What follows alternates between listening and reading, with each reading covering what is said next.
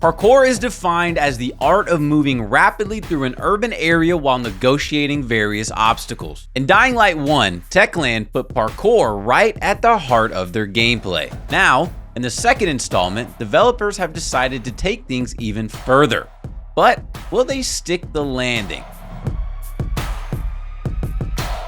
As Aiden, you're given a brief introduction into the wild in order to grasp the elements of this game.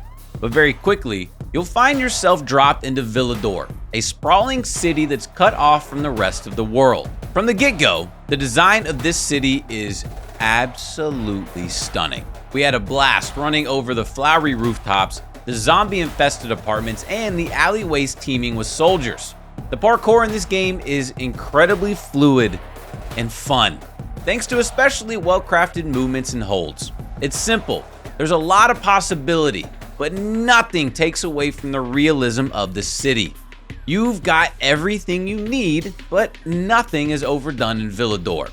By day, the city isn't particularly scary, and you'll find plenty of breathtaking views and moments. But once night falls, Villador turns into an absolute death trap, one in which you're no longer the hunter, but the hunted. The game brings in plenty of new enemies, including the Screamer, a seriously terrifying creature who, once it's seen you, will relentlessly hunt you down and put your parkour skills to a real test. The well-crafted sound mixing adds to the extremely heightened sense of tension and stress. And when it comes to battles, we are in for a treat. As you move through the adventure, you unlock more and more options for taking down your enemies, from jump kicks to aerial assassinations to dodging. There are a wide range of possibilities here, and unless you're a complete beginner, they are a lot of fun. Developers wanted to make sure that exploring was rewarded, and this game includes plenty of hidden areas, especially at night, with loads of zombie-infested buildings. Exploring them will earn you rare loot and weapons. You're also definitely pushed to explore GRE zones, aka former military zones, in which you'll find important resources allowing you to increase your health and endurance. Of course, you are in Villador for a reason, and that reason is to find Mia, who you think of as a sister. But you don't know much about this city because as Aiden, you're a pilgrim, a kind of messenger given dangerous missions both within and outside of the city walls. To find Mia, you'll have to first get a hold of valuable information from various survivors. But the city is torn between several communities, between the peacekeepers on one side and survivors on the other. And that's not to mention the renegades, who are freewheeling and prepared to do anything to take power. You'll be faced with a lot of decisions throughout your adventure, and your choices will influence the game.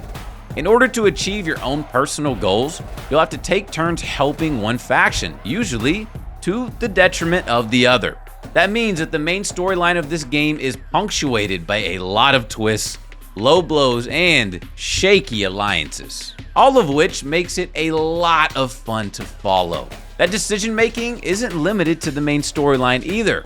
There are windmills at the four corners of the city, and once they're running, it'll be up to you to decide who benefits from the energy created by these metallic giants.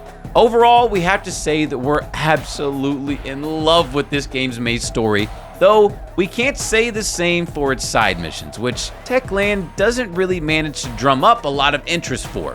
We found ourselves frequently in FedEx quests which were both boring and unfortunately didn't bring us a lot of reward either.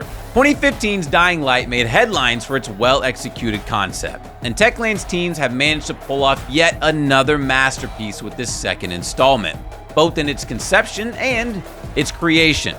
Everything isn't perfect, but Dying Light has what it takes to cover up the minor mishaps. This is definitely going to be one of the best games of the year, which is why we are giving it a 9 out of 10.